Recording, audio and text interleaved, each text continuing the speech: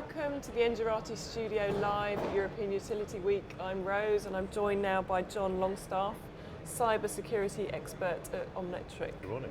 Thank you for joining us. Hello. Jon, you've been writing a blog busting myths surrounding cybersecurity.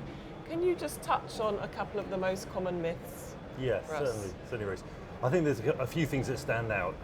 Understanding that you're actually vulnerable and there are real threats out there for energy companies. I think that's one of the things. It's very easy to push this down on the too hard pile and say we don't really need to tackle this issue today. But actually, what we're seeing, we have real evidence out there in the market. There are threats out there. Utility companies are vulnerable, and often they wouldn't actually know if they've been breached in the first place. So that awareness of trying to break down some of these stories, which people try and put barriers up and say we don't need to worry about this issue today. Well, actually, there are reasons out there where this is now becoming an issue. And really trying to get that conversation going with people that says, actually, it's not impossible to solve these problems, but you just need to start talking about it and get that dialogue going within the organisation, just to try and break down these barriers and actually say, yes, this is something we can do, we can resolve, we can make progress on this issue. So can you give us a bit of a temperature check on threats to utilities? Well, the threats are growing. We know that. We're seeing lots of evidence out there around the world in every single operation, every single country. We're seeing increasing attacks on utilities. Lots of reasons for that. It's easier to attack utilities now. It's the technology is much more accessible, and the knowledge about how to do it is much easier to get hold of. So we do certainly see that. So I think within utilities, the situation is definitely improving. We're seeing a lot more interest and a lot more awareness within senior executives and regulators saying, from the top down, this is absolutely something that utilities need to be working on. We're still seeing a bit of a disconnect though, down at the operational level, at the project level. It's still on the too hard pile. It's still something that people don't really understand, and therefore they've got lots of other things to worry about. So we're still seeing that slight disconnect where the operational level, there's not so much progress being made, but certainly we're seeing improvements in the market, which is great. So where are the weak spots? Where are utilities being breached at the moment? I think one of the big issue we've got is the utility is now spreading out. So where before the utility was very much behind the barbed wire fence, it was inside the control centre, and therefore a lot of physical controls were protecting them. Now we're seeing utilities spreading out. We're seeing the mass rollout of smart metering. We're seeing demand response and virtual power plant projects going out there, which is extending the footprint of the energy company way beyond the substation and the control centre. And it's now much from people. It's in people's homes. It's in demand response systems in large buildings. It's in distributed generation. So what we call the attack surface, the number of places you can get into a utilities network is increasing massively, and will only continue to do so. So that's where we see utilities are much more likely to get breached because their digital network is now far beyond their energy network, and actually is increasing. That's constantly increasing in terms of where they are. Are you getting a sense of what's motivating these attacks? I often don't like. I understand the question, but actually a lot of the time that's not really the issue. The issue is you are going to get attacked. Okay. How are you going to deal with it? Why somebody chooses to attack you, well, that's up to them. We know you're going to get attacked. We know you're probably going to get breached sooner or later. So rather than worrying too much about why people are going to attack you, just get over it and accept that you are going to get attacked, and actually worry about how you're going to defend yourself. Almost you can get too focused on why would somebody do this. Well, they're going to. We know that, we have lots of evidence, we see that every day. Okay. So the bigger concern is, well, how are you going to protect yourself? How you can protect your customers, your consumers, how you can protect your network. So even when you are breached, you're going to know about it, you're going to detect it, which again is not an easy thing to do. It's actually quite hard to tell you've been breached. So really just as this digital network grows from the utilities and spreads out across their operations, we just see that there's many places. The attacker is no longer going to attack your website. There's lots of other ways. You've got a data connection down to everybody's home. Is that a way into your network? So there's many more ways than there used to be sort of 5 to 10 years ago. Yes, connected toasters, smart fridges. They're the sort of classic kind of examples. And we've seen the very devices very recently being used to launch large-scale attacks on some key parts of the internet infrastructure. We had that in the last few weeks with some large botnet attacks. So yes, those devices, as they grow smart, and digitalisation is a great thing. It's a massive importance to our industry, and absolutely we need to keep doing it. But we've got to understand that with that great benefit becomes other risks, which we need to manage as an industry. And how are you managing those at the moment? First thing we're trying to do is awareness, getting the message out there that actually this is something that utilities need to be aware of and need to be dealing with as they're implementing new projects. So that's number one priority, make sure we've got the awareness. After that, then there's many tools, techniques, processes, management systems. There's 100 threats and there's 100 solutions to those. I think the key thing we always make sure customers understand is there is no one solution.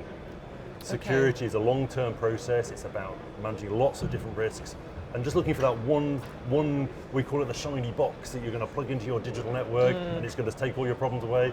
I'm afraid it doesn't exist. It would be great if it did, but it doesn't. Presumably it's quite an iterative process, isn't it? Constantly trying to kind of update to, one step ahead kind of. Exactly. It's responding to the new threats, understanding your new technology, understanding the risks that brings, and each day just getting a little bit better. If you can do that, then you'll be successful. So how vulnerable do you feel European utilities are? It varies. Some of them are taking this issue very seriously and are making some great progress. Others are still becoming aware of it. So I think there's a real range there. So we see some organisations who are very on the ball, they're patching their systems, they're exploring their networks, they're making sure they're trying to detect breaches, and some other organisations which are just beginning that journey. So I think literally even within the same countries we can see a massive variation. I think new regulation, we've got new European regulation coming in over the next couple of years. I was going to ask you about regulation. So we've got the General Data Protection Regulation coming in from the European Union, which will improve how organisations have to handle personal data. We've also got the NIS, the NIS directive, which is going to particularly focus at critical infrastructures, including energy, and that's going to improve requirements around breach notification, for example. So having to notify by law your local regulator if you suffered a breach.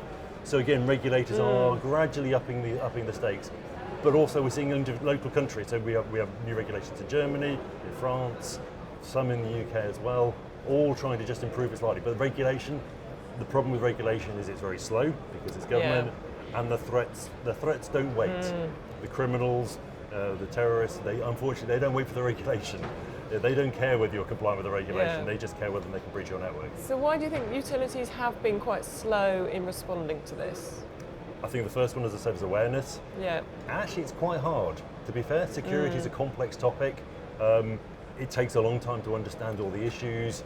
We haven't had enough people as well. There's a lot of government initiatives around the world at the moment to increase the number of people who understand cybersecurity. And having that combination of understanding security and understanding the energy sector, that's quite a rare combination.